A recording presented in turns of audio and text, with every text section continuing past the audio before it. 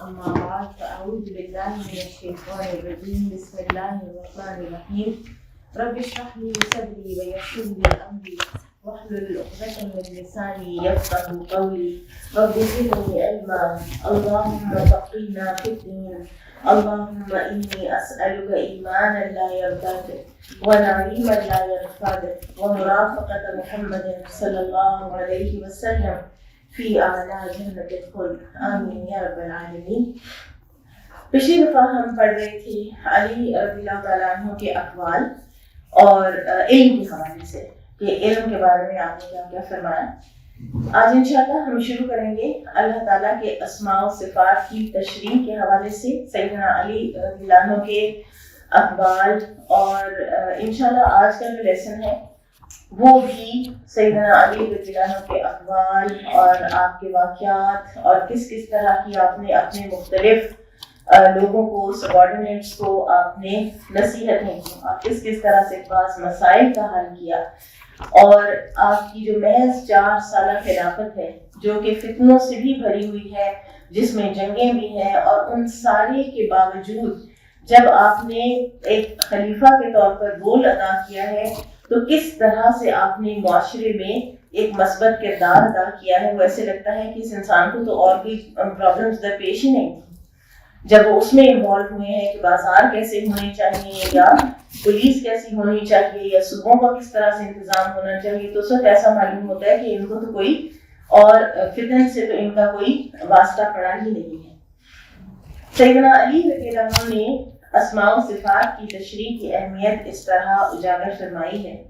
فرماتے ہیں اے علم کے طلبگار، عالم کی 3 علامات ہیں۔ نمبر 1 اللہ کے بارے میں علم، نمبر 2 اس امر کا علم کہ اللہ کن چیزوں کو پسند کرتا ہے، اور نمبر 3 اور تیسرا یہ کہ اللہ کن باتوں کو پسند نہیں فرماتا۔ ٹھیک ہے، ان اللہ یحب التوابین و یحب المتطہرین، اللہ تعالیٰ توابین کو، توبہ کرنے والوں کو، صاف رہنے والوں کو، پاک صاف رہنے والوں کو پسند کرتا ہے، اور اللہ تعالیٰ نہیں پسند کرتا جھگڑالو لوگوں کو۔ اور اسی طرح قرآن میں ہمیں کتنی ایک لسٹ ملتی ہے اللہ کی پسند اور ناپسند کی، اس پر کتابیں بھی لکھی گئی ہیں، ہمیں ضرور ان کو ریوائز کر لینا چاہیے۔ ایک مرتبہ امیر المومنین علی رضی اللہ عنہ کی خدمت میں ایک یہودی آیا تو اس نے پوچھا کہ ہمارا رب کب سے تھا؟ تو علی رضی اللہ عنہ کے چہرے کا رنگ فوراً بدل گیا۔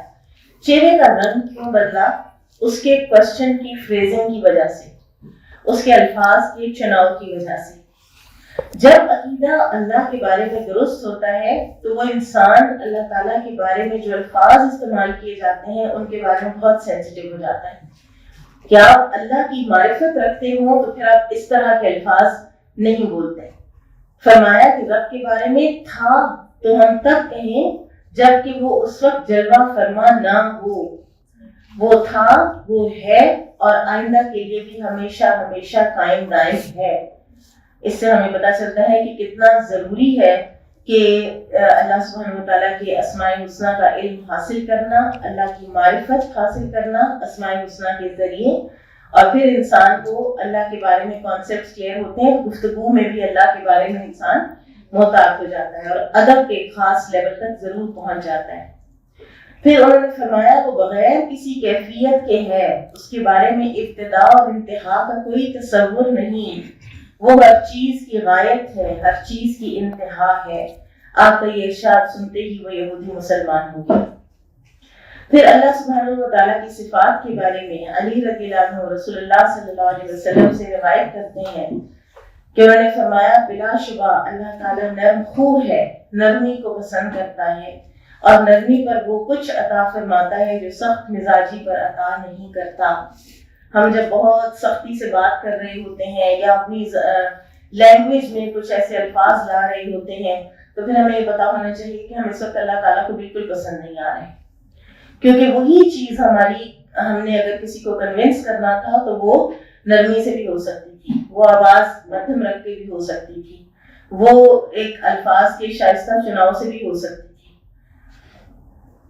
پھر اسی طرح سے باعث شکر نعمتوں کا تعارف، امیر المومنین سیدنا علی بن ابی طالب رضی اللہ عنہ نے اللہ تعالیٰ اور بندوں پر اس کی نعمتوں کو یاد دلاتے ہوئے فرمایا، اے اللہ کے بندو، میں تمہیں اس اللہ کا تقوی اختیار کرنے کی وصیت کرتا ہوں جس نے تمہارے لیے مثالیں بیان کی ہیں اور تمہارے لیے وقت اجل مقرر فرمایا ہے، تمہیں کانوں سے نوازا جو اللہ کی مقصود کو سنتے ہیں، تمہیں آنکھیں عطا فرمائی، سمجھنے والا دل مرحمت فرمایا، اللہ تعالیٰ نے تمہیں بیکار پیدا نہیں کیا، تمہیں کامل ترین نعمتوں سے سرفراز کیا اور مؤثر ترین عطیات سے نوازا، تنگی اور خوشحالی دونوں حالتوں میں تمہارے لیے جزا تیار کی ہے۔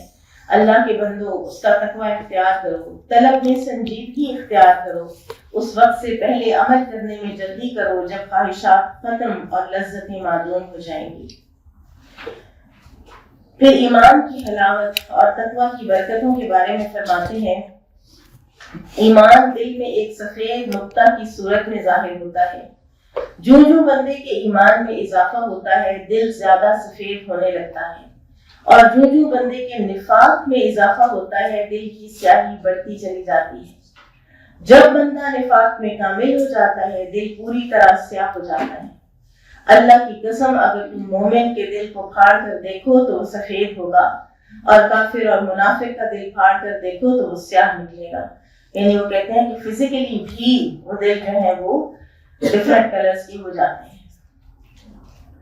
تقدیر کے بارے میں سیدنا علی رضی اللہ عنہ فرماتے ہیں، ہر شخص کا جانی اور مالی نفع اور نقصان آسمان سے ایسے ہی نازل ہوتا ہے جیسے آسمان سے بارش برستی ہے، لہذا جس شخص کا مالی یا جانی نقصان ہو جائے اسے اس مصیبت کو اپنے لیے فتنہ و آزمائش نہیں بنا لینا چاہیے، بلکہ مسلمان کو اللہ تعالیٰ سے دو خوبیوں میں سے ایک کی امید رکھنا چاہیے۔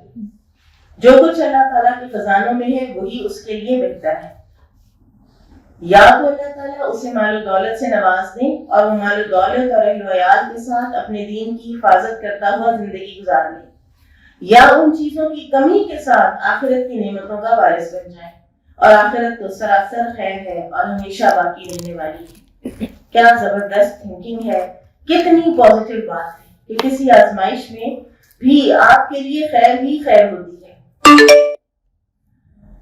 پھر فرماتے تھے بندوں کے حساب کے بارے میں، ایک مرتبہ ان سے پوچھا گیا کہ اللہ تعالیٰ اپنے بندوں کی اتنی بڑی تعداد کا حساب کیسے لے گا؟ تو انہوں نے فرمایا جس طرح اتنی بڑی تعداد کو رزق عطا فرماتا ہے۔ یہ ہے اللہ کی معرفت، کہ کبھی بھی آپ اللہ تعالیٰ کے بارے میں کسی لاس پہ نہیں ہوتے کہ اچھا اس بات کا کیا جواب دوں، اللہ یہ کام کیسے کرے گا۔ جب آپ کو اللہ کی معرفت ہے اور آپ کو پتہ ہے کہ اللہ تعالیٰ اپنی مخلوق کو رزق پہنچاتا ہے، صرف انسانوں کو نہیں، جانوروں کو، کیڑے مکوڑوں کو اور نباتات کو اور ریت کے ذروں کو، ہر کسی کو اس کی نرشمنٹ بہم پہنچاتا ہے، تو اسی طرح وہ حساب بھی لے لے گا، کیا مشکل۔ اسی طرح امیر المومنین کے متعدد خطبات محفوظ ہیں اور بہت ان میں سیکھنے کی باتیں ہیں۔ ان میں سے ایک خطبہ جو ہے وہ ہم یہاں پر پڑھ لیتے ہیں۔ فرمایا، لوگوں، دنیا جا رہی ہے اور اس نے کوچ کا اعلان کر دیا ہے، اور آخرت آ رہی ہے اور تیروں سے جھانک رہی ہے۔ آج گھڑ دوڑ کی تیاری کا دن ہے اور کل مقابلے کا۔ خبردار، آج تم پر امید دن گزار رہے ہو جن کے پیچھے تمہاری اجل لگی ہے، لہٰذا جس نے اپنی اجل سے پہلے عمل میں کوتاہی کی تو وہ ناکام و نامراد ہو گیا۔ خبردار، اللہ کی جنت اور انعامات کے شوق میں اسی طرح عمل کرو جس طرح اس کی جہنم کے ڈر سے کرتے ہو۔ بلا شبہ میں نے جنت جیسی نعمت نہیں دیکھی کہ جسے طلب کرنے والے سو رہے ہوں، اور میں نے جہنم جیسی خوفناک جگہ نہیں دیکھی جس سے نجات چاہنے والے سو گئے۔ یقیناً جسے حق بات وفا نہ دے اسے باطل ضرور نقصان پہنچاتا ہے، جسے ہدایت راہ مستقیم پر نہ چلا سکی اسے گمراہی لے اٹھتی ہے۔ خبردار، تمہیں کوچ کا حکم دیا جا چکا ہے، زاد راہ کی رہنمائی کر دی گئی ہے، لوگوں آگاہ رہو، یہ دنیا فوری سامان ہے جس سے نیک و بد دونوں لطف اندوز ہو رہے ہیں، جبکہ آخرت اللہ کا سچا وعدہ ہے جس میں قادر مطلق بادشاہ فیصلے کرے گا۔ خبردار، شیطان تمہیں فقر و فاقے کا وعدہ دیتا ہے اور بے حیائی کی دعوت دیتا ہے۔ اللہ تعالیٰ تم سے اپنی بخشش اور فضل کا وعدہ کرتا ہے۔ اور دیکھیں یہ سب چیزیں قرآن کے اندر بھی موجود ہیں، اور کس طرح ایک انسان قرآن کو جانتا ہو تو پھر اس کے خطبات میں بھی یہ باتیں اس کی زبان سے نکلتی ہیں۔ اللہ بہت وسعت والا، خوب جاننے والا ہے۔ اے لوگو اپنی زندگی میں نیک اعمال کرو، تمہاری نسلوں کا تحفظ ہو جائے گا۔ یہ ہائی لائٹ کر لیجئے، آپ اپنی زندگی میں نیک اعمال کرتے جائیں، آپ کی آئندہ نسلوں کا تحفظ ہو جائے گا۔ یہ بات قرآن میں کہاں ہے؟ سورۃ الکہف کہ کان ابوہما صالحا، ان دونوں یتیم بچوں کا باپ جو ہے وہ ایک صالح انسان تھا، اور بہت سے صالحین جو ہے وہ یہ کرتے آئے ہیں کہ اپنے بچوں کی خاطر راتوں کو اٹھ کر تہجد پڑھنی اور پھر رونا اور کہنا کہ میرے بیٹے یہ میں تیرے لیے کر رہا ہوں۔ بے شک اللہ تعالیٰ نے فرما برداروں کو جنت کا وعدہ دیا ہے اور نافرمانوں کو جہنم کی وعید سنائی ہے۔ وہ جہنم ایسی خوفناک جگہ ہے جہاں چیخ و پکار کبھی نہ تھمے گی، اس میں قید کبھی رہائی نہ پائے گا، جس کے نقصان کا کوئی ازالہ نہیں۔ بھڑکتی ہوئی آگ نہایت گہری ہے اور اس میں مشروب زخموں کی پیپ ہے۔ علی رضی اللہ تعالیٰ عنہ کا زہد اور تقوی، اس کی بڑی بڑی اعلیٰ مثالیں ہمیں لکھتی ہیں، جن میں سے چند ہم یہاں پڑھ لیتے ہیں۔ علی رضی اللہ عنہ کے پاس ایک مرتبہ ابن النباح آیا اور کہنے لگا، اے امیر المومنین، مسلمانوں کا بیت المال سونے اور چاندی سے بھر گیا ہے۔ یہ سن کر انہوں نے فرمایا اللہ اکبر، پھر ابن النباح کے ساتھ ٹیک لگاتے ہوئے کھڑے ہو گئے، پھر بیت المال میں آن کھڑے ہوئے اور فرمایا اے ابن النباح، کوفہ کے لوگوں کو میرے پاس بلاؤ۔ لوگوں کو منادی کرا کے بلایا گیا، لوگ آ گئے، سیدنا علی رضی اللہ عنہ نے بیت المال میں جو کچھ تھا سب تقسیم کر دیا۔ آپ لوگوں کو رقوم، سونا اور چاندی دیتے جاتے اور ساتھ ساتھ فرماتے جاتے، اے سونا اور چاندی کسی اور کو دھوکہ دینا۔ آپ نے کوئی درہم چھوڑا نہ کوئی دینار، سب کچھ بانٹ دیا۔ پھر بیت المال کو صاف کرایا اور اس میں 2 رکعت نماز ادا کی، اپنے لیے کچھ بھی نہ رکھا۔ پھر اسی طرح سے ہارون بن انترا نے اپنے والد سے روایت کیا ہے کہ میں خورنق مقام پر علی رضی اللہ عنہ کی خدمت میں گیا، وہ ایک پرانی چادر میں لپٹے ہوئے تھے اور شدید سردی پڑ رہی تھی، اس وجہ سے وہ کپکپا رہے تھے۔ میں نے عرض کیا امیر المومنین، اللہ تعالیٰ نے آپ کے لیے اور آپ کے اہل خانہ کے لیے اس مال میں حصہ رکھا ہے، مگر آپ اپنے ساتھی کیسا سلوک روا رکھے ہوئے ہیں۔ یہ سن کر انہوں نے فرمایا اللہ کی قسم میں تمہارے مال میں سے کچھ نہیں لوں گا، یہ میری چادر ہے جو میں گھر سے اوڑھ کر یہاں آیا ہوں، یا فرمایا کہ مدینہ سے آیا ہوں۔ ایک اور واقعہ ابو مطر عمر بن عبداللہ الجہنی سے روایت ہے، وہ بتاتے ہیں کہ ایک دن میں نے علی رضی اللہ عنہ کو دیکھا، وہ تہبند باندھے ہوئے اور چادر اوڑے ہوئے تھے، ان کے ہاتھ میں درہ تھا اور وہ دیہی باشندے معلوم ہو رہے تھے۔ آگے راوی نے ان کے بازار جانے اور ایک تاجر سے 3 درہموں میں کپڑے کا سودا کرنے کا ذکر کیا ہے۔ تاجر ان کو پہچان گیا، لہٰذا انہوں نے اس سے کچھ نہ خریدا۔ وہ ایک اور تاجر کے پاس گئے، اس نے بھی انہیں پہچان لیا، علی رضی اللہ عنہ نے اس سے بھی نہ خریدا۔ پھر وہ ایک لڑکے کے پاس آ گئے، اس سے 3 درہموں میں ایک قمیص خریدی۔ بعد ازاں لڑکے کا باپ 1 درہم لے کر امیر المومنین کے پاس آیا اور انہیں 1 درہم واپس دینا چاہا، تو انہوں نے دریافت فرمایا یہ کیا ہے؟ اس نے کہا قمیص کی قیمت صرف 2 درہم تھی۔ تو علی رضی اللہ عنہ نے فرمایا اس نے میری اور اپنی رضامندی سے قمیص فروخت کی، یعنی میں نے خود اپنی رضا سے 3 درہم کی لی ہے تو پھر یہ 3 درہم کی ہی رہے گی۔ وہ اپنے عظیم منصب کو، اپنے خلیفہ ہونے کو اپنی ذاتی غرض کے لیے کسی بھی فائدہ لانے سے ہمیشہ دور رہے۔ عمر بن قیس کہتے ہیں کہ علی رضی اللہ عنہ سے پوچھا گیا کہ آپ اپنی قمیص میں پیوند کیوں لگائے ہوئے ہیں؟ انہوں نے فرمایا اس سے دل میں خشوع پیدا ہوگا اور دیگر مومن اس کی اقتداء کریں گے۔ اس سے کیا پتہ چلتا ہے کہ حکمرانوں کی اقتداء کی جاتی ہے۔ جیسے آپ کے عمال ہوں گے ویسا ہی آپ کا اپنا طریقہ کار ہوگا، ویسے ہی آپ کے اپنے اعمال ہوں گے۔ وہ کہتے ہیں نا کہ عمر بن عبدالعزیز رحمہ اللہ کے زمانے میں ہر کسی کو زہد اور تقویٰ اور ایک جو ہے نا عبادت کی ایک لت لگی ہوئی تھی. اور اسی طرح پھر ان کے بعد جو خلیفہ آیا تو وہ بلڈنگز کا شوقین تھا. پھر ہر کوئی اپنے گھروں کی سجاوٹ اور بلڈنگز میں اور اپنے گھروں کو بہت اچھی طرح سے آرائش کرنے میں مصروف ہو گیا. تو یہ کتنی اہم بات ہے کہ جب آپ لیڈر ہوتے ہیں، چاہے آپ کسی ملک کے حکمران ہوں، چاہے آپ کسی اتھارٹی کی پوزیشن میں ہوں جہاں پر آپ کے سبارڈینیٹس ہوں، جیسے آپ ہوں گے ویسے اسی راستے پر وہ بھی چلیں گے. تو کتنا ضروری ہے، کتنا اس میں انسان کو ایک ہم سمجھتے ہیں کہ اتھارٹی پریویلیج ہے. پریویلیج تو کہیں جا کے شاید وہ بنتی ہو کسی سٹیج پر، ورنہ اسلام میں اتھارٹی پریویلیج نہیں ہے. اسلام میں اتھارٹی بہت بڑی رسپانسبلٹی ہے. اسلام میں تو اتھارٹی ایسے ہے کہ جیسے ہر کوئی اس اتھارٹی والے بندے کا گریبان پکڑنے کا حق رکھتا. اسلام یہ کہتا ہے. پھر عبداللہ بن زریر الغافقی سے روایت ہے، وہ کہتے ہیں کہ میں علی رضی اللہ عنہ کی خدمت میں حاضر ہوا تو انہوں نے ہمیں کھانا پیش کیا جو خشک گوشت اور آٹے سے بنا ہوا تھا. میں نے کہا اللہ آپ کا بھلا کرے، اللہ تعالیٰ نے آپ کو خیر کثیر سے نوازا ہے، آپ کسی مرغابی وغیرہ کے گوشت کا انتظام کر لیتے تو اچھا تھا. اس پر انہوں نے فرمایا اے ابن زریر، میں نے رسول اکرم صلی اللہ علیہ وسلم سے سنا ہے کہ آپ نے فرمایا خلیفہ کے لیے اللہ کے مال میں سے 2 پیالے لینا حلال ہے، ایک وہ جسے وہ خود اور اس کے اہل خانہ کھائیں، اور دوسرا وہ جو اپنے مہمانوں کو پیش کرے. یہ مسند احمد کی حدیث ہے اور احمد شاکر کے مطابق اس کی سند صحیح ہے، لیکن دیگر علماء نے اسے ضعیف بھی کہا ہے.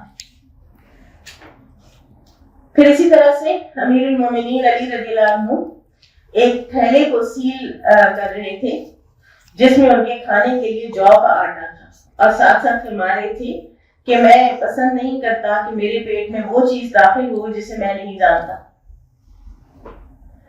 سفیان کہتے ہیں کہ علی رضی اللہ عنہ نے غلہ جمع کرنے کے لیے گڑھے پر گڑھا رکھا، نہ اینٹ پر اینٹ رکھی، نہ ڈنڈے سے کوئی ستون کھڑا کیا. ان کے لیے غلہ مدینہ سے ایک تھیلے میں لایا جاتا، یعنی کوئی ان کے پاس سٹاک نہیں تھا، سٹور ہوا غلے کا. عدی بن ثابت اور حبا بن جبین راوی ہیں کہ علی رضی اللہ عنہ کی خدمت میں دسترخوان پر فالودے کا بھرا ایک تھال پیش کیا گیا، مگر انہوں نے یہ فالودہ نہیں کھایا بلکہ فالودے کو مخاطب کر کے فرمانے لگے ہم میں سے کوئی ہے جو اس ڈش کو مخاطب کر کے کہے کہ نہیں مجھے تم میں کوئی انٹرسٹ نہیں، ہم تو ریسیپی پوچھ، اس کی خوبصورتی کی تعریفیں کر، اور سب ہم یہ بھول جاتے ہیں کہ یہ بالآخر ایک کھانے کی چیز ہے، پتہ نہیں مزے کی ہے بھی یا نہیں. بعض اوقات جتنی خوبصورت ڈش ہوتی ہے اتنی ہی بے ذائقہ بھی ہوتی ہے، اور بعض اوقات ہمیں یہ بھی نہیں سمجھ آتی پتہ ہوتا، اور ہمیں فکر بھی نہیں ہوتی کہ حلال ہے یا حرام. فرمانے لگے تو عمدہ خوشبو والی، خوش رنگ اور بہترین ذائقے کی چیز ہے، لیکن مجھے پسند نہیں کہ اپنے نفس کو اس چیز کا عادی بناؤں جس کا وہ پہلے عادی نہیں ہے. نئی چیز ٹیسٹ کرنے سے گریز کیا کہ میں نہیں کھاتا کہ مجھے عادت پڑ جائے گی ایک نئی چیز کی، ایک نئی ڈیلیکسی کی مجھے عادت پڑ جائے گی، تو میں نہیں چاہتا اس بات کو.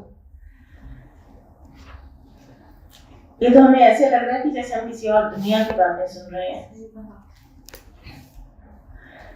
حسن بن صالح بن حی کہتے ہیں عمر بن عبدالعزیز کی مجلس میں زاہدوں کا تذکرہ ہو رہا تھا. انہوں نے کہا دنیا میں سب سے بڑھ کر زاہد تو علی ہے.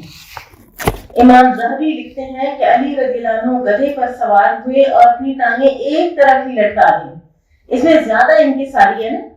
پھر فرمایا میں نے دنیا کی اہانت کی.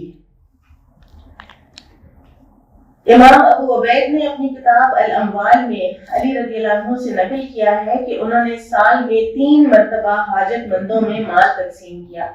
پھر ان کے لیے اصفہان سے مال آیا تو فرمایا آؤ چوتھی بار پھر یہ مال لے جاؤ، میں یہ مال جمع کر کے رکھنے والا نہیں ہوں. کچھ لوگوں نے لے لیا اور بعض نے نہیں لیا. آپ رضی اللہ عنہ نے لوگوں کو خطاب کرتے ہوئے فرمایا اے لوگو، اس اللہ کی قسم جس کے سوا کوئی حقیقی معبود نہیں، میں نے تمہارے مال میں سے تھوڑا یا زیادہ کچھ بھی نہیں لیا مگر یہ چیز. پھر اپنی قمیض کی آستین سے ایک شیشی نکالی، اس میں خوشبو تھی. فرمایا یہ مجھے دہقان نے ہدیہ کی تھی. ایک دن علی رضی اللہ عنہ نے زہد کی تعریف بیان کرتے ہوئے فرمایا اے لوگوں زہد قلیل تمناؤ نعمتوں کا شکر ادا کرنے اور حرام باتوں سے بچنے کا نام ہے. بہت امپورٹنٹ ڈیفینیشن ہے. قلیل تمنائیں، ہماری تو تمنائیں، ہماری موت، ہماری زندگی کا جو ٹائم پیریڈ ہے وہ کم ہے اور ہماری تمنائیں اس کو سرپاس کر کے کہیں کی کہیں پہنچی ہوئی ہوتی ہیں. قلیل تمنائیں ہوں اس دنیا میں اور نعمتوں کا شکر ہو، اور یہ دونوں چیزیں انٹر ریلیٹڈ بھی ہیں.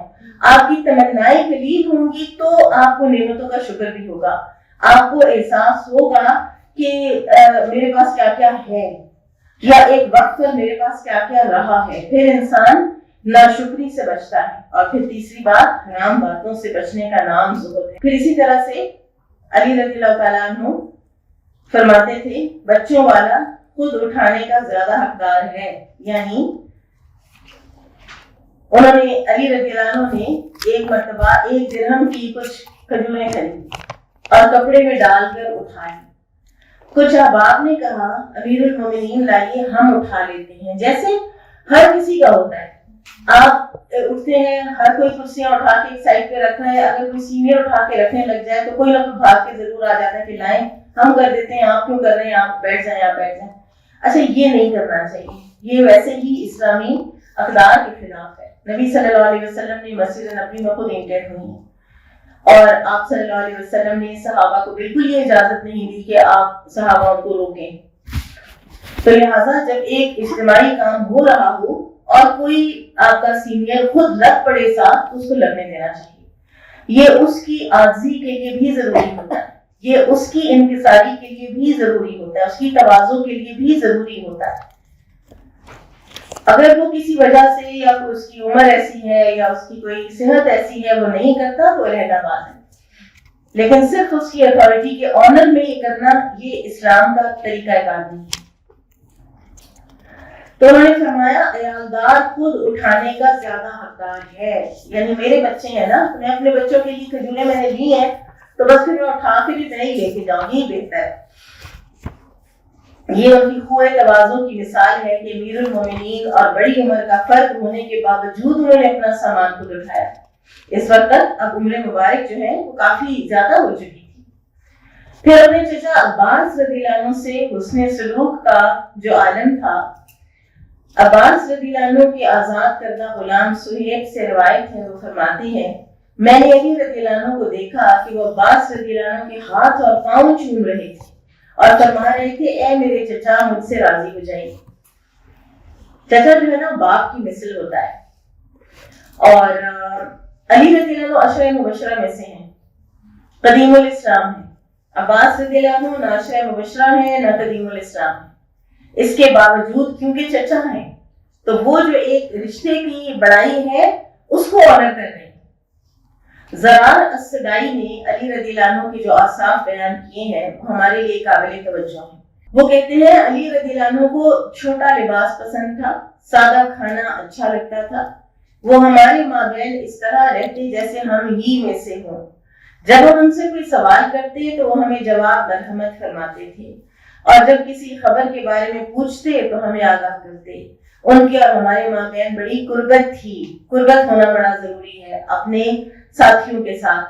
اس کے باوجود ان کی ہیبت اور روب کا عالم یہ تھا کہ ہمیں ان سے بات چیت کرنے کی ضرورت نہیں ہوتی تھی. یہ اب کیا ہے؟ یہ کیا انہوں نے کچھ خود سے کوئی چیزیں پلان کی ہوئی تھی؟ نہیں، یہ ایک شخصیت ہوتی ہے جس کے یہی اثرات ہو جاتے ہیں کہ اس سے محبت بھی ہوتی ہے، وہ لوگوں کے قریب بھی ہوتا ہے اور اس کی ہیبت اور روب بھی ہوتی ہے. وہ جتنا جتنا اللہ کا بندہ ہوتا ہے، جتنا جتنا زہد و تقوی، جتنا جتنا وہ مومن ہوتا ہے، اتنی اتنی اس کی شخصیت کی یہ وائز بننے لگ جاتی ہے. تواضع کے بارے میں امیر المومنین کے اقوال ہیں آدمی کا تواضع اختیار کرنا اس کے لیے عزت افزائی کا موجب ہے. ہم عام طور پر سمجھتے ہیں کہ میری تو اس میں بڑی لہائی ہو جائے گی، میری تو بڑی ذلت ہو جائے گی اگر میں نے فلاں کام کر لیا. پھر فرمایا جب اللہ تعالیٰ تجھے علم سے نوازے تو کم تر جاہلوں کی کثیر تعداد کے بارے میں نہ سوچو بلکہ اپنے سے برتر علماء کو دیکھو، یعنی تکبر میں نہ آؤ. علم اگر کچھ تھوڑا بہت آ ہی گیا ہے تو یہ نہ دیکھو کہ یہ کتنے جاہل ہیں اور ان میں ایک میں عالم ہوں، بلکہ یہ دیکھو کہ تم سے اوپر کتنے بڑے بڑے علماء ہیں، تو پھر تمہیں عاجزی اور انکساری رہے گی۔ پھر فرمایا مالدار کا غریب کے ساتھ تواضع کا برتاؤ کیا خوب ہے، مالدار کا غریب کے ساتھ تواضع کا برتاؤ، اس پر ہم نے بات کرنی ہے۔ یہ ہم کیسے کر سکتے ہیں؟ ہمارے گھروں میں ہمارے ملازم ہیں، ہم ان کے ساتھ تواضع کا برتاؤ کرتے ہیں یا نہیں کرتے؟ کبھی ان کے لیے کوئی چیز بنائی ہم نے یا نہیں؟ کبھی ہم نے ان کو کوئی آسانی دی یا نہیں دی؟ وہ تو بیچارے یعنی اگر وہ بیٹھے ہیں اور ان کو اٹھنے میں پرابلم ہو گئی ہے اور ان کو اگر ہم ہاتھ آگے کریں کہ لاؤ میں اٹھا دوں تو وہ سمجھتے ہیں کہ کوئی جرم ہو جائے گا، وہ سمجھتے ہیں کہ نہیں ہم یہ نہیں کر سکتے۔ تو امیر کا غریب کے ساتھ تواضع کا برتاؤ کیا خوب ہے۔ آپ دیکھیں کیسی خوبصورت اور پازیٹیو معاشرتی تعلیمات، جبکہ مالدار کی غرض و غائد اس کے سوا کچھ نہ ہو بلکہ اسے اللہ کی ذات عالی سے اجر و ثواب کی امید ہو۔ اس سے بھی زیادہ اچھی بات یہ ہے کہ غریب مالدار سے شان بے نیازی کا مظاہرہ کرے، دوسری طرف سے غریب کو بھی اگر امیر کو کچھ ملا ہے تو غریب اس سے بے نیاز ہو اور صرف اللہ تعالیٰ ہی پر پورا بھروسہ رکھے۔ فیاض بھی بہت زیادہ تھے، سخی تھے بہت۔ ابن کثیر رحمہ اللہ روایت کرتے ہیں کہ ایک آدمی علی رضی اللہ عنہ کی خدمت میں حاضر ہوا اور عرض کی کہ اے امیر المومنین، میں آپ سے ایک ضرورت کے سلسلے میں مدد کا طلبگار ہوں، لیکن آپ کی خدمت میں پیش کرنے سے پہلے یہ ضرورت اللہ تعالیٰ کے حضور پیش کر چکا ہوں۔ اگر آپ نے میری یہ ضرورت پوری کر دی تو میں اللہ کا شکر ادا کروں گا اور آپ کا شکریہ بھی ادا کروں گا، لیکن اگر آپ نے میری یہ ضرورت پوری نہ کی تو میں اللہ کا شکر ادا کروں گا اور آپ کو معذور سمجھوں گا۔ علی رضی اللہ عنہ نے فرمایا اپنی ضرورت زمین پر لکھ دو، مجھے یہ بات ہرگز پسند نہیں کہ مانگنے کی ذلت تمہارے منہ پر دیکھوں، کیونکہ تم نے اللہ سے مانگا ہوگا نا، تو خود اپنے منہ سے اب وہ مت کہو، اب تم اس کو زمین پہ لکھ دو۔ اس شخص نے زمین پر لکھ دیا کہ مجھے پہننے کے لیے کپڑوں کا ایک جوڑا چاہیے۔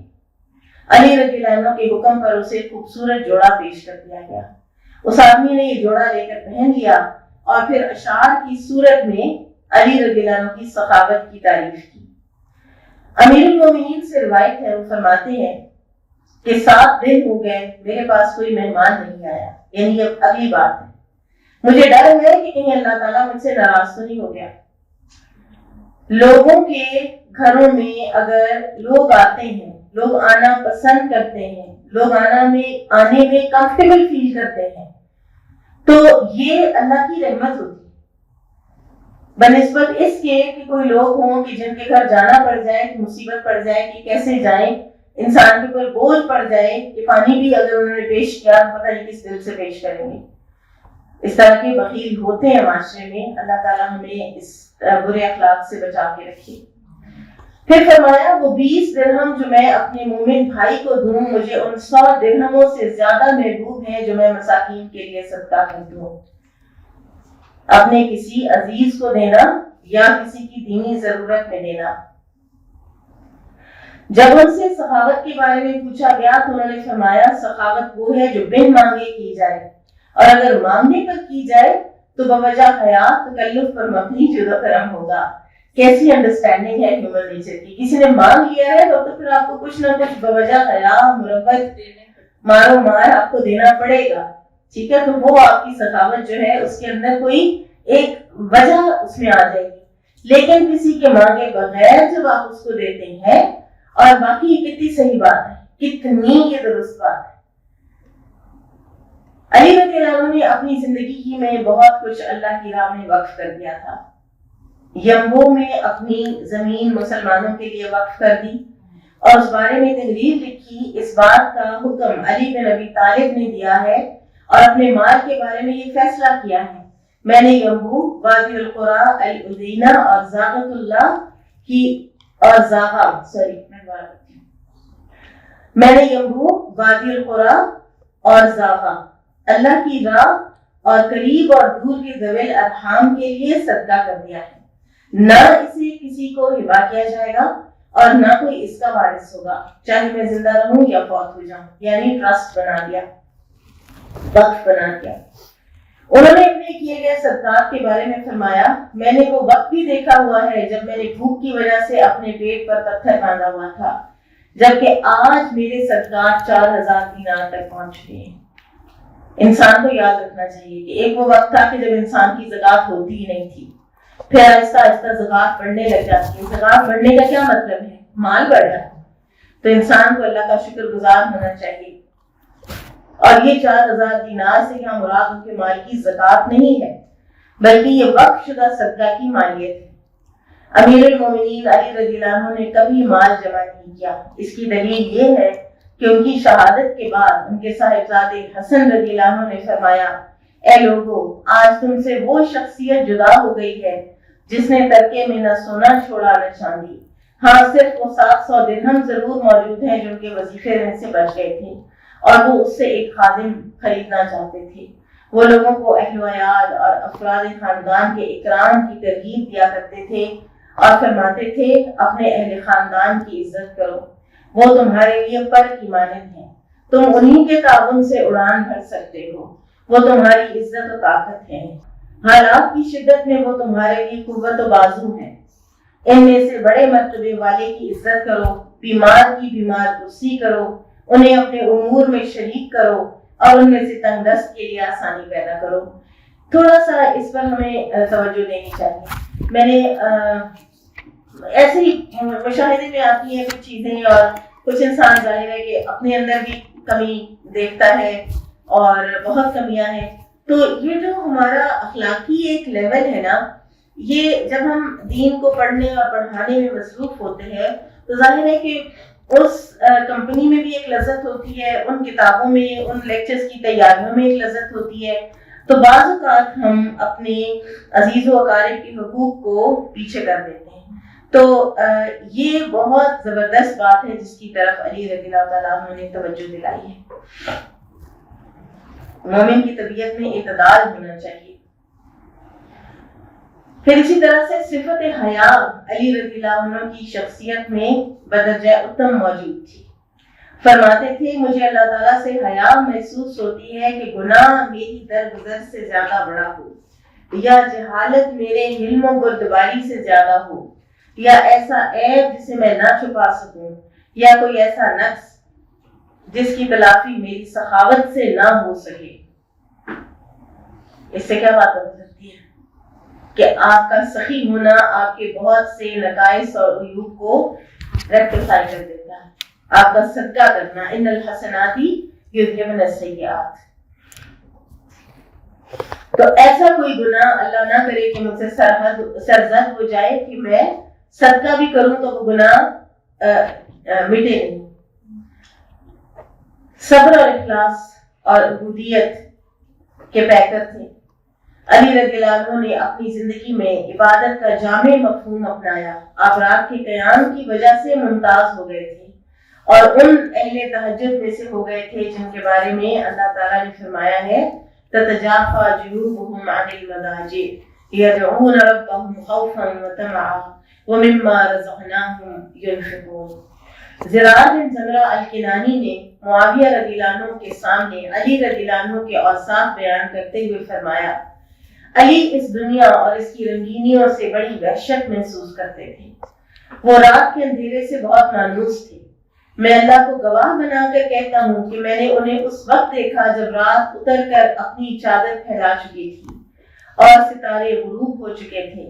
وہ محراب کے اندر اپنی داڑھی ہاتھ میں لیے ہوئے اضطرابی کیفیت میں اس طرح کروٹیں بدل رہے تھے جیسے سانپ کا ڈسا ہوا آدمی لوٹ پوٹ ہوتا ہے۔ وہ غمزدہ انسان کی طرح رو رہے تھے، گویا میں اس وقت بھی ان کی آواز سن رہا ہوں۔ وہ بار بار اے میرے رب، اے میرے رب، ربی ربی کے الفاظ دہرا رہے تھے اور اللہ کے حضور گڑ گڑا رہے تھے۔ وہ دنیا کو مخاطب کرتے ہوئے فرماتے تھے، دور ہو جا، دور ہو جا، میرے سوا کسی اور کو دھوکہ دے، میں نے تجھے قطعی طلاق دے دی ہے، طلاق بائن دے دی ہے، تیری عمر کم ہے، تیری ہم نشینی حقیر ہے، میری نظر میں تیری کوئی بکت نہیں ہے، زیادہ سفر قلیل ہے، سفر بعید ہے اور راستے وحشتناک ہیں۔ ہم لوگوں کو کبھی احساس ہوا کہ ذات سفر بہت تھوڑا ہے، بڑا دور وہ منزل ہے جہاں تک ہم نے جانا ہے، اور راستے وحشتناک ہیں۔ یہ باتیں سن کر معاویہ کے آنسو نکل پڑے رضی اللہ عنہ۔ وہ اس قدر روئے کہ داڑھی تر ہو گئی، انہیں اپنے آنسوؤں پر قابو نہ رہا، وہ اپنی آستین سے آنسو پونچھ رہے تھے۔ وہاں پر بیٹھے ہوئے لوگ بھی اتنا روئے کہ ان کی ہچکی بن گئی۔ معاویہ رضی اللہ عنہ نے فرمایا، یہ تھے ابو الحسن علی بن ابی طالب رضی اللہ عنہ۔ پھر فرمایا، اے زرار، ان کے بعد تمہارے غم کی کیا کیفیت ہے؟ انہوں نے کہا، میں اس شخص جیسا غم محسوس کرتا ہوں جس کا پیارا ذبح ہونے کے بعد اس کی گود میں پڑا ہو۔ اور یہ کہتے ہوئے نہ ان کے آنسو تھم رہے تھے، نہ غم میں کوئی کمی آ رہی تھی۔ پھر اٹھ کھڑے ہوئے اور باہر چلے گئے۔ ایک اور مرتبہ علی رضی اللہ عنہ نے فرمایا، آخرت کا سفر طویل ہے، لہٰذا یہ رات کے وقت چلنے ہی سے کٹے گا۔ ہائی لائٹ کر لیجیے۔ رات کی تنہائیوں میں 2 نفل اللہ تعالیٰ ہمیں توفیق عطا فرمائے، ان کو اپنی زندگی کا حصہ بنانا بہت ضروری، بہت مست ہے۔ اسی طرح علی رضی اللہ عنہ لوگوں کو اللہ تعالیٰ کا تقویٰ اور اس کی خشیت اختیار کرنے کی ترغیب دیتے تھے۔ ایک مرتبہ فرمایا، اے لوگوں، اس اللہ سے ڈرو کہ اگر تم کچھ کہو تو وہ سنتا ہے، اور اگر کچھ چھپاؤ تو وہ جانتا ہے، اور موت کی تیاری کرو۔ اگر تم نے اس سے فرار کی راہ اختیار کی تو وہ تمہیں آ لے گی، اور اگر ٹھہرے رہے تو پھر بھی وہ تمہیں اچک لے گی۔ اور وہ فرمایا کرتے تھے، اے لوگوں، مجھ سے یہ باتیں سیکھ لو۔ اگر تم سواری پر طویل سفر بھی اختیار کرو تب بھی ایسی باتیں کہیں نہ مل سکیں گی۔ یہ ان کو پتا تھا، ان کے حکیمانہ اقوال، ان کے ذرعی اقوال کہیں اور نہیں ملیں گے۔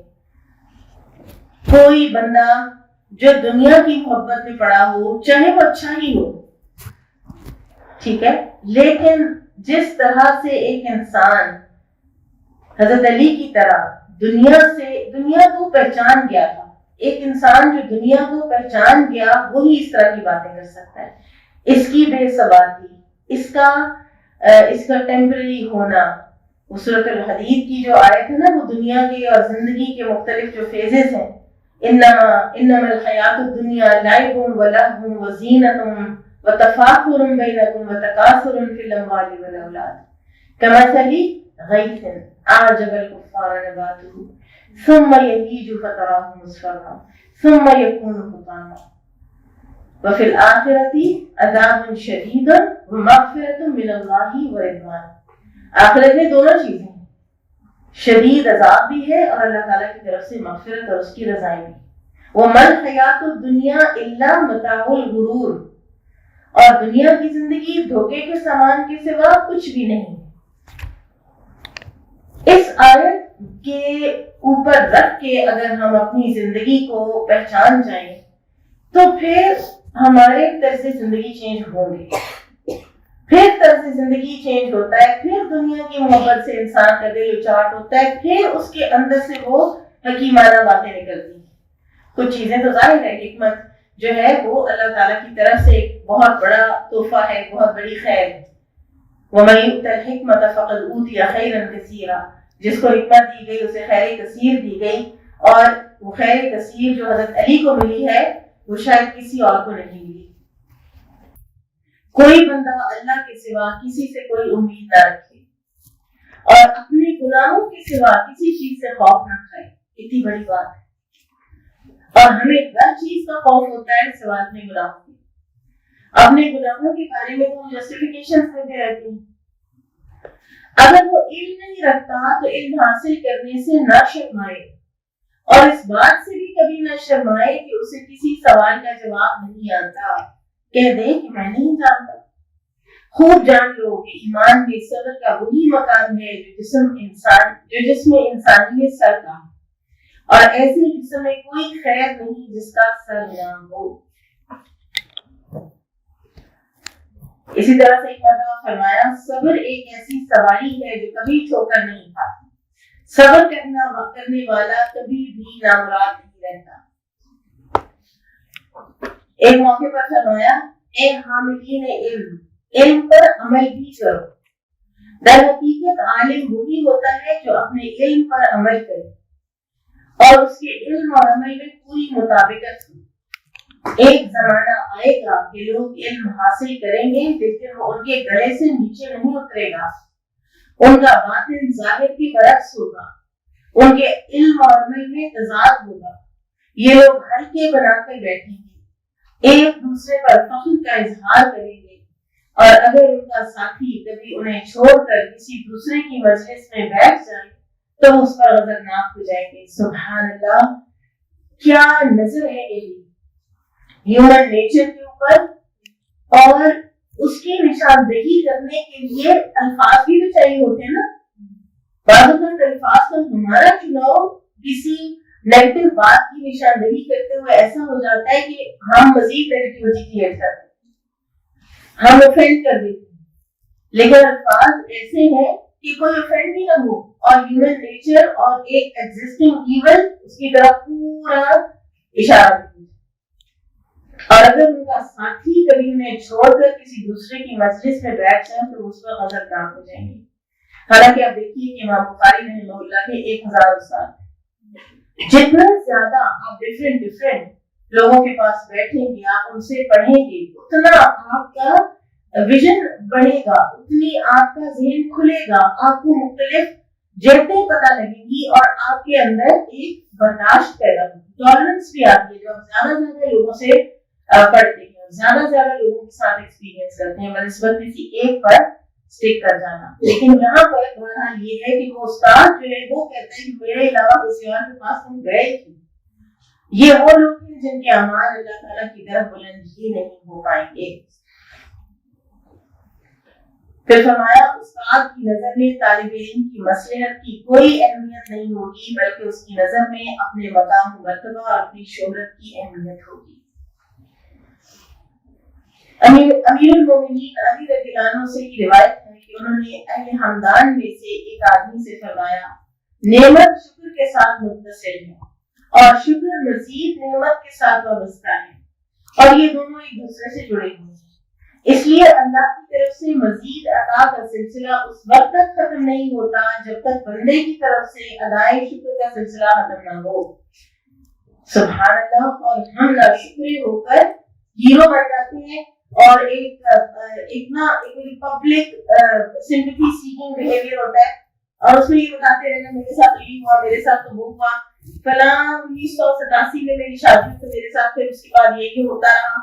اس طرح کی باتیں کر کے ہم کس کو خوش کر رہے ہوتے ہیں؟ سننے والا کیا کہتا ہے؟ ان کو تو آپ کی باتیں نہیں آتی۔ ہم سمجھ رہے ہوتے ہیں کہ ہم ہیرو بن رہے ہیں، ہم سمجھ رہے ہوتے ہیں کہ ہماری جو ہے نا بیچارگی وہ ہمیں ہیرو بنا رہی ہے، وہ آپ کی بیچارگی نہ آپ کو ہیرو بنا رہی ہوتی ہے، آپ کی بیچارگی آپ کو اور زیادہ ڈیگریڈ کر رہی ہوتی ہے۔ جو آپ کی ایک سیلف پروکلیمڈ بیچارگی ہوتی ہے وہ آپ کو ڈیگریڈ کر رہی ہوتی ہے۔ میں نے ایسی خواتین بالکل دیکھی ہیں کہ جنہوں نے ابتدائی زندگی انتہائی مشکل گزاری، لیکن کبھی پبلک میں، کبھی کسی اپنے خیر خواہ کے ساتھ بات کر لینا کہیں کا بات ہوتی، لیکن کبھی پبلک میں اپنے سسرال کی کسی بات کی نیگیٹو بات ان کی زبان سے نہیں سنی۔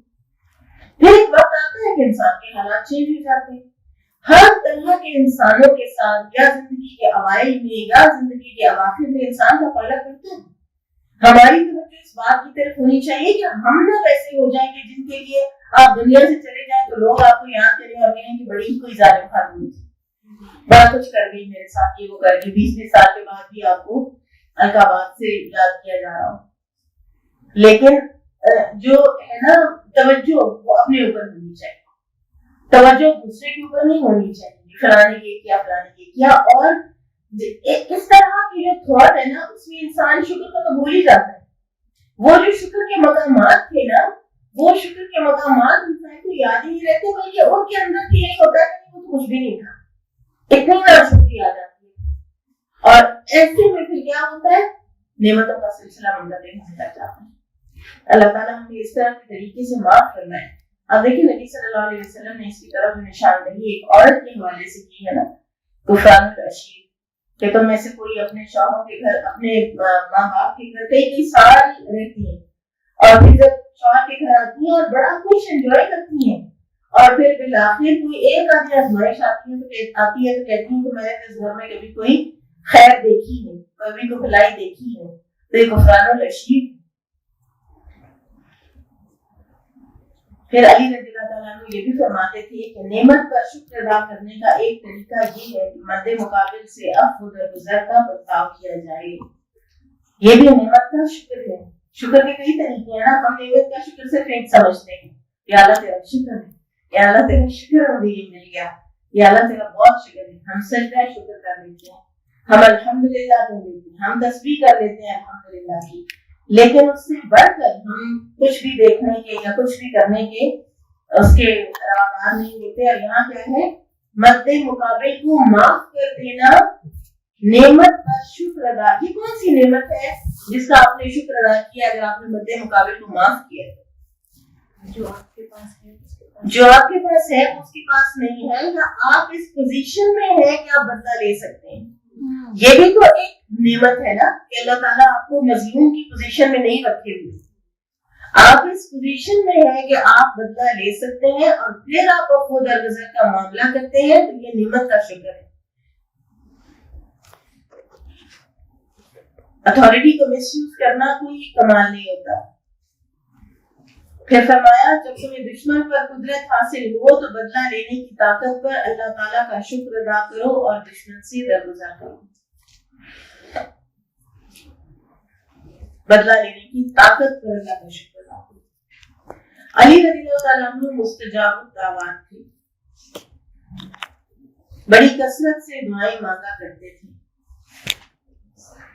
کچھ لوگوں نے علی رضی اللہ تعالیٰ عنہ کی جانب منفرد دعائیں اور اذکار منسوب کیے ہوئے ہیں۔ بہرحال یہ ان کی ذات گرامی پر جھوٹ اور بہتان ہے۔ جو شخص حقیقی معنوں میں خلوص دل سے علی رضی اللہ عنہ سے محبت کرتا ہے، اسے چاہیے کہ وہ ان کی سیرت اور طریقے کو لازم کرے۔ ایک مرتبہ ایک آدمی نے علی رضی اللہ عنہ کو ایک حدیث سنائی تو انہوں نے فرمایا تم نے یہ من گھڑت حدیث سنائی۔ اس شخص نے تردید کی، ایسا نہیں ہے۔ آپ نے فرمایا اگر تم جھوٹے ہو تو میں تمہارے لیے بد دعا کرتا ہوں۔ اس نے کہا کر لیجیے۔ آپ رضی اللہ عنہ نے بد دعا کی تو بندہ ہو گیا۔ اسے ابن کثیر نے البدایہ والنہایہ میں روایت کیا۔ جب لوگ آپ رضی اللہ عنہ کی اس سے ایک اور بات پتہ چلی، من گھڑت کوئی حدیث، کوئی موضوع، کوئی فیبریکیٹڈ حدیث جو ہے اس کو بطور حدیث پیش کرنا کتنا بڑا جرم ہے کہ اتنے بڑے جلیل القدر صحابی اس بندے کے لیے بد دعا کر رہے ہیں۔ پھر اسی طرح سے جب لوگ آپ کی تعریف کرتے ہیں تو آپ فرماتے اے اللہ اس بارے میں مجھے معاف فرما دے جو یہ لوگ میری نسبت نہیں جانتے، اور جو کچھ یہ میرے لیے کہتے ہیں اس بارے میں میرا مواخذہ نہ فرمانا، اور میرے بارے میں جو کچھ لوگ گمان کرتے ہیں مجھے اس سے بہتر بنا دے۔ اب یہی جو ہے نا ایک اور سیکوینس کے ساتھ سیدنا ابوبکر رضی اللہ تعالیٰ عنہ سے بھی منسوخ کی جاتی ہے، تو ہو سکتا ہے کہ دونوں اصحاب یہ فرماتے ہیں، کیونکہ آج یہ انتصاری کی تو سبھی پیکر تھے نا یہ لوگ۔ علی رضی اللہ عنہ کثرت سے ایک دعا کیا کرتے تھے کہ اے اللہ ہمیں بخوشی، عدل و انصاف پر اور قرآن کے نظام پر ثابت قدمی عطا فرما، ہم خود بھی ہدایت پر قائم رہیں اور دوسروں کی ہدایت کا اہتمام بھی کریں، ہم تجھ سے راضی ہوں اور تو ہم سے راضی ہو جائیں، نہ ہم خود گمراہ ہوں اور نہ کسی اور کی گمراہی کا سبب بنے۔ انسان مستجاب الدعوات ہو تو پھر وہ یہ مانگے، کہیں ایسا نہ ہو کہ ہم اللہ تعالیٰ سے یہ تو دعا کریں کہ اللہ مجھے مستجاب الدعوات بنا دے، اور پھر آپ مانگے اللہ سے دنیا کی حقیق ترین چیزیں۔ پھر اسی طرح سے علی رضی اللہ عنہ سے روایت ہے کہ مجھے رسول اللہ صلی اللہ علیہ وسلم نے اس دعا کی تلقین فرمائی اور ارشاد فرمایا کہ کسی بھی درپیش مصیبت یا سخت حالات میں یہ دعا پڑھو، لا الہ الا اللہ الحلیم الکریم، سبحان تبارک اللہ رب العرش العظیم، الحمدللہ رب العالمین۔ عبداللہ بن جعفر لب مرد، شخص کو عبداللہ بن جعفر کون ہے؟ علی رضی اللہ عنہ کے بھتیجے ہیں، لب مرد شخص کو یہ دعا پڑھنے کی تلقین کرتے اور بخار کی شدت میں یہ دعا پڑھ کر دم کرتے اور وطن سے دور غیر رشتہ داروں میں شادی شدہ بیٹیوں کو بھی یہی دعا سکھاتے تھے. سبحان اللہ.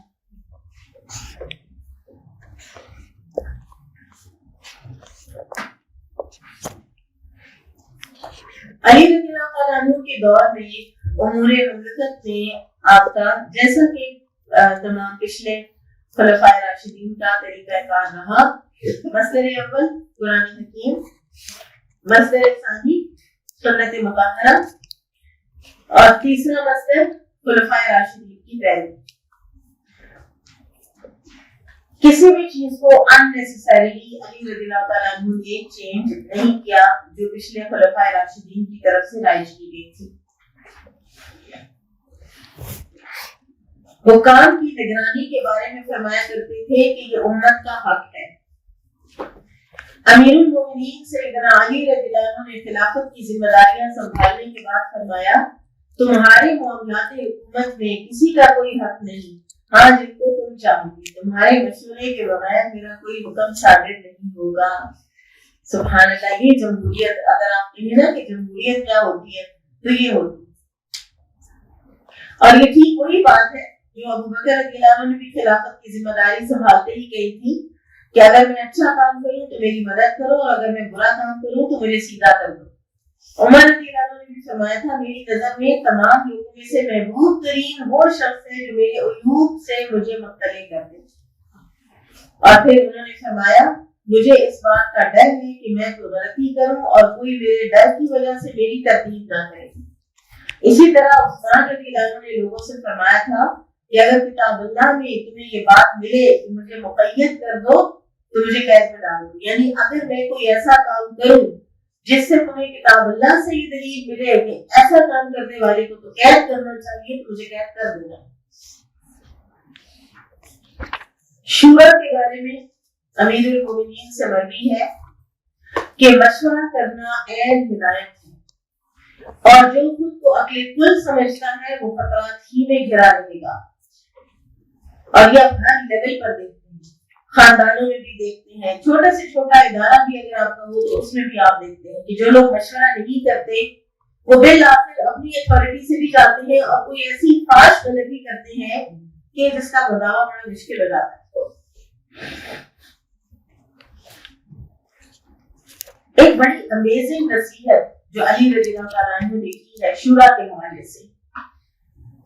مالک بن حارث الاشتر کو مصر بھیجا تو شورا کے لیے اسے یہ تاکید فرمائی مشورے میں وکیل کو شامل نہ کرنا، وہ آپ کو فضل و کرم سے روکے گا اور فقیری سے ڈرائے گا.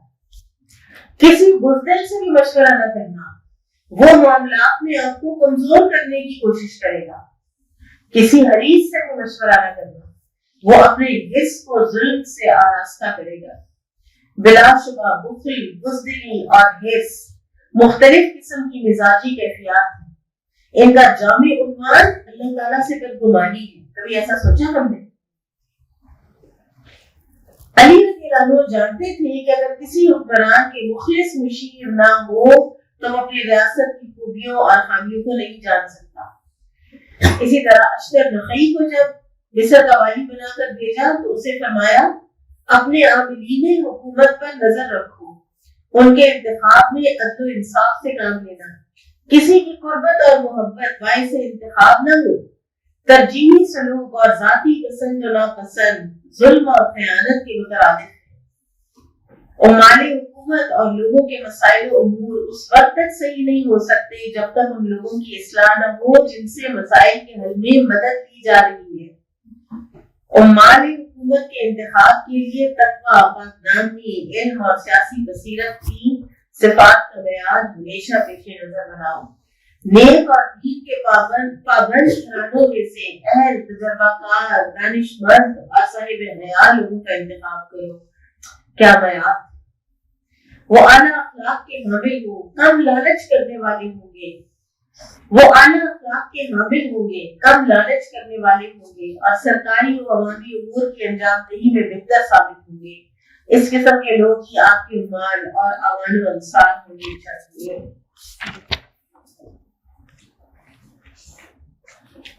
علی رضی اللہ تعالیٰ عنہ کے لیے آپ صلی اللہ علیہ وسلم نے دعا فرمائی تھی جب آپ کو یمن میں قاضی بنا کر بھیجا تھا، اللہم ثبت لسانہ واہدی قلبہ، اے اللہ ان کی زبان میں ثبات و استقلال عطا کیجیے اور ان کے دل کو ہدایت سے سرفراز کیجیے۔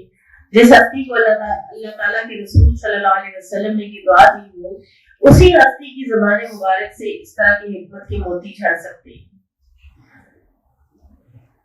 ایک مرتبہ قاضی شریح اس کے راوی ہیں اس واقعے کے کہ جب علی رضی اللہ عنہ معاویہ رضی اللہ عنہ سے مقابلے کے لیے نکلے تو اپنی ایک زرہ گم پائی۔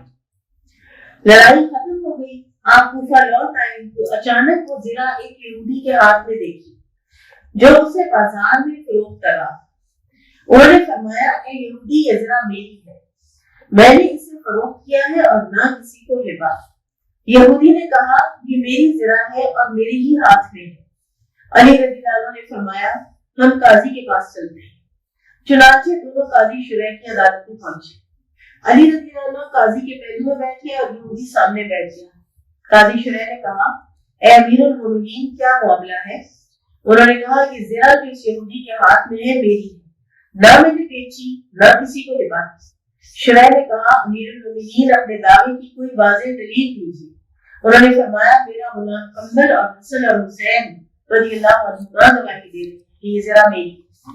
قاضی نے کہا، باپ کے حق میں بیٹے کی گواہی قبول ہے۔ انہوں نے فرمایا کہ نوجوانان جنت کے سرداروں کی شہادت بھی قبول نہیں۔ میں نے رسول اللہ صلی اللہ علیہ وسلم سے سنا ہے، آپ فرما رہے تھے کہ حسن اور حسین اہل جنت کے نوجوانوں کے سردار، لیکن قاضی شریح نے اس چیز کو دنیاوی لحاظ سے ویلڈ نہیں قرار دیا اور فیصلہ یہودی کے حق میں دے دیا۔ تو یہودی اسلام کے نظام عدل کی معراج دیکھ کر بے حد متاثر ہوا۔ بے ساختہ کہا، امیر المومنین نے مجھے قاضی کے حضور پیش کیا اور قاضی نے ان کے خلاف فیصلہ دے دیا، میں گواہی دیتا ہوں کہ آپ سچے ہیں۔ پھر وہ کہہ اٹھا، اشہد ان لا الہ الا اللہ وان محمد رسول اللہ، اور پھر کہا، یہ زرہ آپ ہی کی ہے، آپ اپنے خاکستری اونٹ پر سوار تھے، صفین کی طرف جا رہے تھے، رات کا وقت تھا جب آپ کی زرہ گر گئی، میں نے لپک کر اٹھا لی۔ علی رضی اللہ عنہ نے فرمایا، اب جب کہ تم نے اقرار کر لیا ہے تو اب یہ تمہاری۔ پھر علی رضی اللہ عنہ نے اسے سواری کے لیے گھوڑا عطا کیا۔ پھر میں نے اسے اس حالت میں دیکھا کہ وہ جنگ نہروان میں، یعنی جو خوارج کے خلاف تھی، وہ علی رضی اللہ عنہ کے ساتھ تھا اور وہ خوارج کے خلاف جنگ میں شریک ہوا۔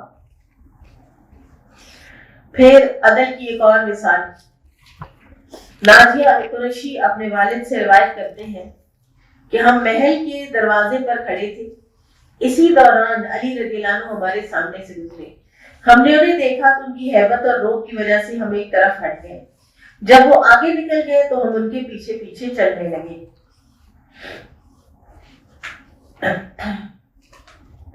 اسی دوران کوئی آدمی چلایا، اللہ کے لیے میری مدد کو پہنچو۔ وہاں دیکھا تو دو آدمی آپس میں لڑ رہے تھے۔ امیر المومنین علی رضی اللہ عنہ نے ان دونوں کے سینوں پر ہاتھ مارا، پھر فرمایا، ایک طرف ہو کر کھڑے ہو جاؤ۔ ان میں سے ایک نے کہا، امیر المومنین، اس شخص نے مجھ سے بکری خریدی، میں نے شرط رکھی کہ وہ مجھے کھوٹے پیسے نہیں دے گا اور اس نے 1 درہم کھوٹا دیا ہے، میں نے اسے اس کا کھوٹا درہم واپس کیا تو اس نے مجھے تھپڑ دے مارا۔ آپ نے دوسرے سے پوچھا، تم کیا کہتے ہو؟ اس نے کہا، امیر المومنین یہ صحیح کہتا ہے۔ تو آپ نے فرمایا، اس کی شرط پوری کرو۔ پھر تھپڑ مارنے والے سے کہا، بیٹھ جاؤ۔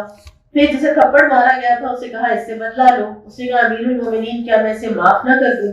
تو علی رضی اللہ عنہ نے فرمایا، تمہاری مرضی ہے۔ جب وہ چلا گیا تو علی رضی اللہ عنہ نے فرمایا، اے گروہ مسلمین، اس ملزم کو پکڑ لا۔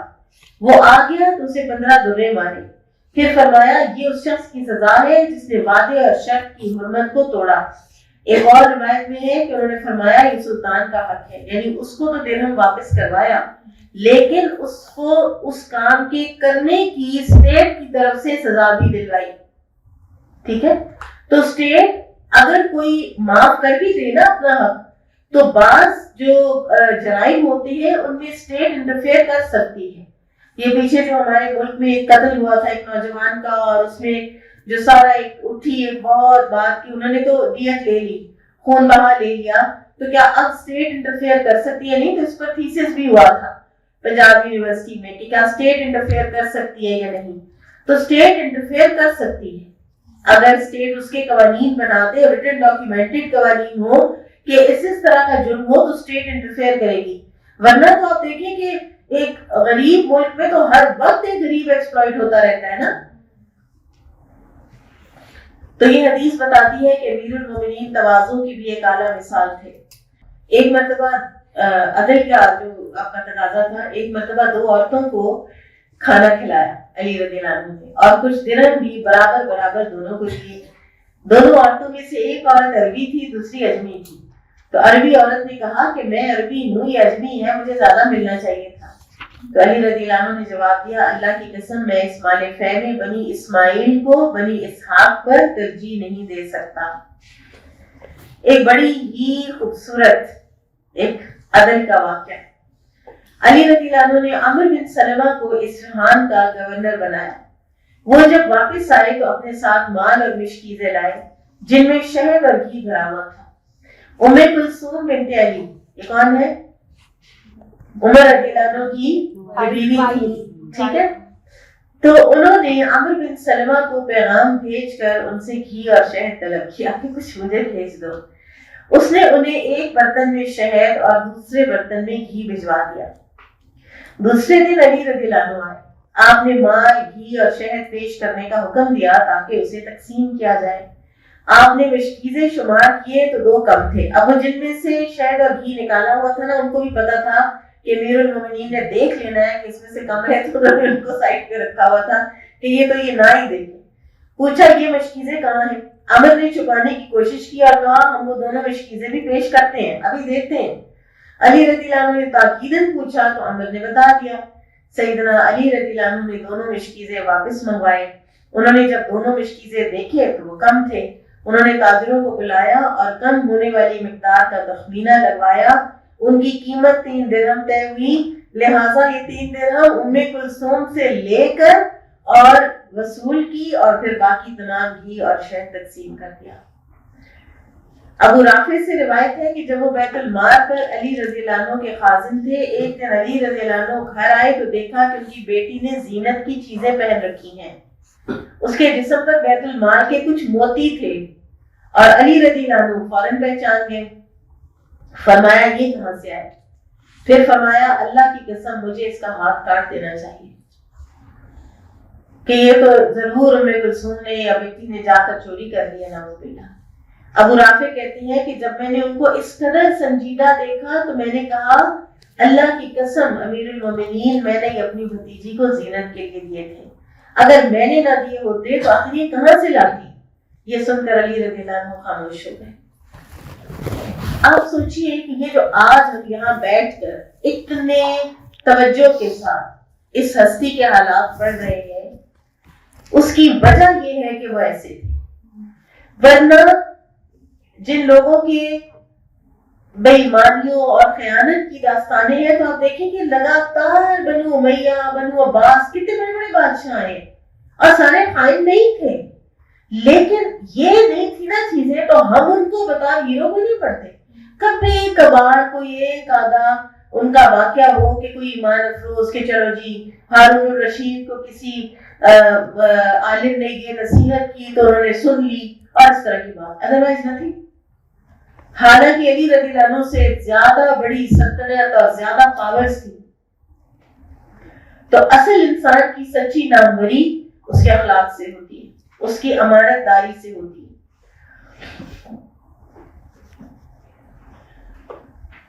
پھر فرمایا کرتے تھے آخرت کے لیے برا زاد راہ بندوں پر زیادتی کرنا ہے. ایک اور قول بہت مشہور ہے کہ یہ عدل نہیں کہ گمان پر اعتماد کر کے فیصلہ کر دیا جائے.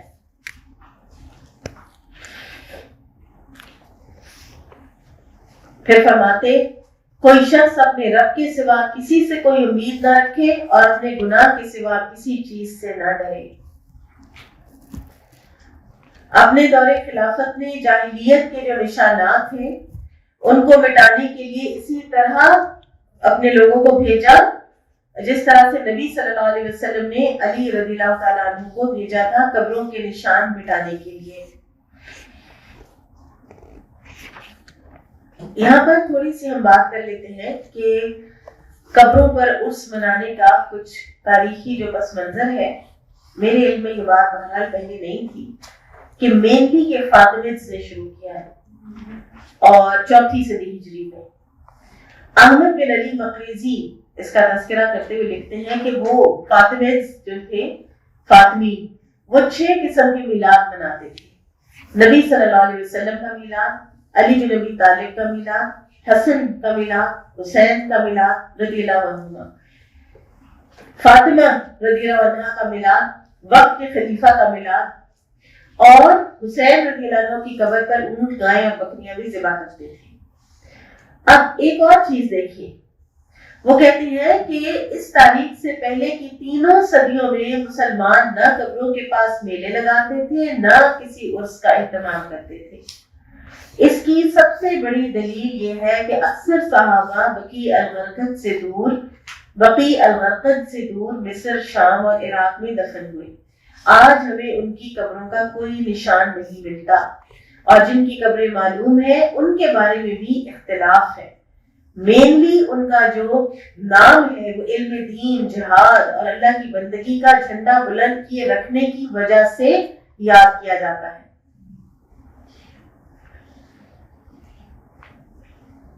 اچھا، اب ایک اور بات جو انہوں نے لکھی ہے، مغربی سامراجی طاقتوں کے مسلمانوں پر حملوں نے انہیں قبر پرستی کی لعنت میں مبتلا کرنے میں نہایت اہم کردار ادا کیا۔ انگریزی اخبار ٹائمز نے برطانوی استعمار کے ایک اہم شخص کے بارے میں یہ نقل کیا کہ اس نے مسلمانوں میں بدعت و خرافات، وہم پرستی اور ضعیف الاعتقادی پھیلانے میں اہم کردار ادا کیا۔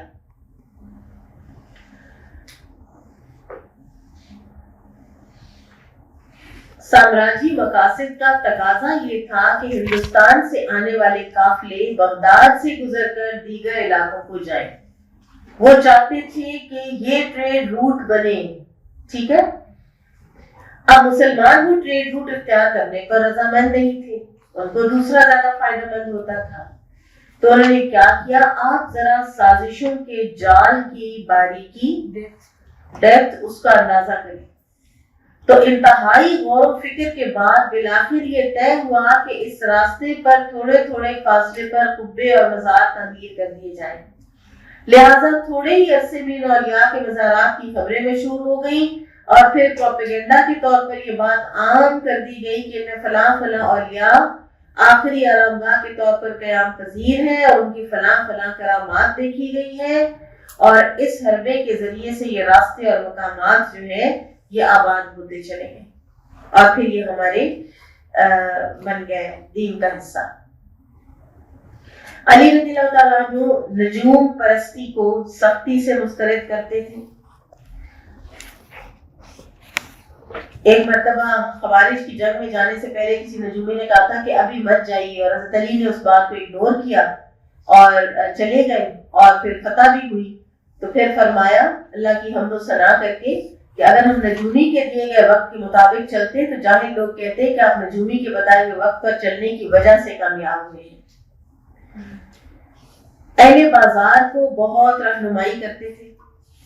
حر بن جرموز المرادی اپنے والد سے روایت کرتے ہیں کہ انہوں نے بتایا، میں نے علی رضی اللہ عنہ کو دیکھا، وہ پنڈلی تک تہبند باندھے ہوئے اور اوپر کی چادر سمیٹ کر پہنے ہوئے تھے۔ یعنی پریکٹیکل جب انسان نے ہونا ہوتا ہے نا تو وہ اپنے آپ کو اس طرح سے کس کے پھر تیار کرتا ہے۔ ان کے ہاتھ میں درہ تھا اور وہ بازاروں کا چکر لگا رہے تھے، لوگوں کو اللہ کا تقوی اختیار کرنے کی نصیحت فرما رہے تھے، اچھے انداز میں خرید و فروخت کا حکم دے رہے تھے، فرما رہے تھے۔ یہ مجھے بہت انٹرسٹنگ بات لگی، ناپ اور تول دونوں کو پورا رکھو اور گوشت کی ہڈیوں سے مخ نہ نکالا کرو۔ آپ نے کبھی دیکھا ہے آپ جب گوشت خرید کے لاتے ہیں تو وہ جو ہم تو میک کہتے ہیں نا، میک والی جو ہڈی ہوتی ہے اس کو دیکھتے ہیں اس کے اندر نہیں ہوتی، ایک زمانہ تو وہ گودے سے بھری ہوئی ہوتی تھی، اب وہ خالی کیوں ہوتی ہے سمجھ نہیں آتی نا، تو انہوں نے نکال لی ہوئی ہوتی ہے۔ کیا کرتے ہیں الگ سے بیچ لیتے ہوں گے یا خود گھر لے جاتے ہوں گے، ایگزیکٹلی کچھ کر لیتے ہوں گے، لیکن بہرحال یہ ایک طریقہ ہے۔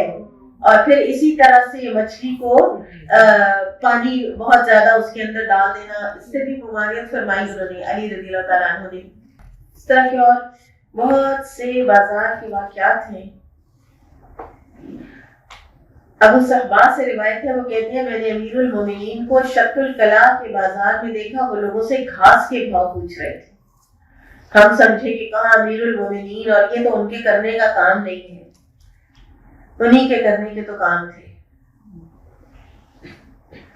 پھر عورتوں کے لیے مردوں کی بھیڑ میں گھسنے کی ممانعت کیا کرتے تھے، فرماتے تھے کیا تمہیں حیا نہیں آتی، کیا تم غیرت سے کام نہیں لیتے؟ مجھے معلوم ہوا ہے کہ تمہاری عورتیں بازار جاتی ہیں اور اجمی کافر مردوں کے ساتھ بھیڑ میں گھس جاتی ہیں۔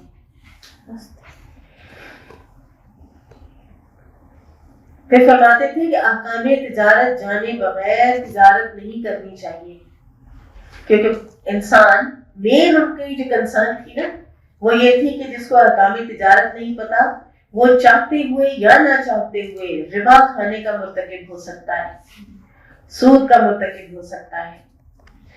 پھر ایک اور چیز، منڈیوں میں کہا کرتے تھے کہ اس میں جگہ جو پہلے آیا فرسٹ کم فرسٹ سرو کی بیسس پر ہوگی۔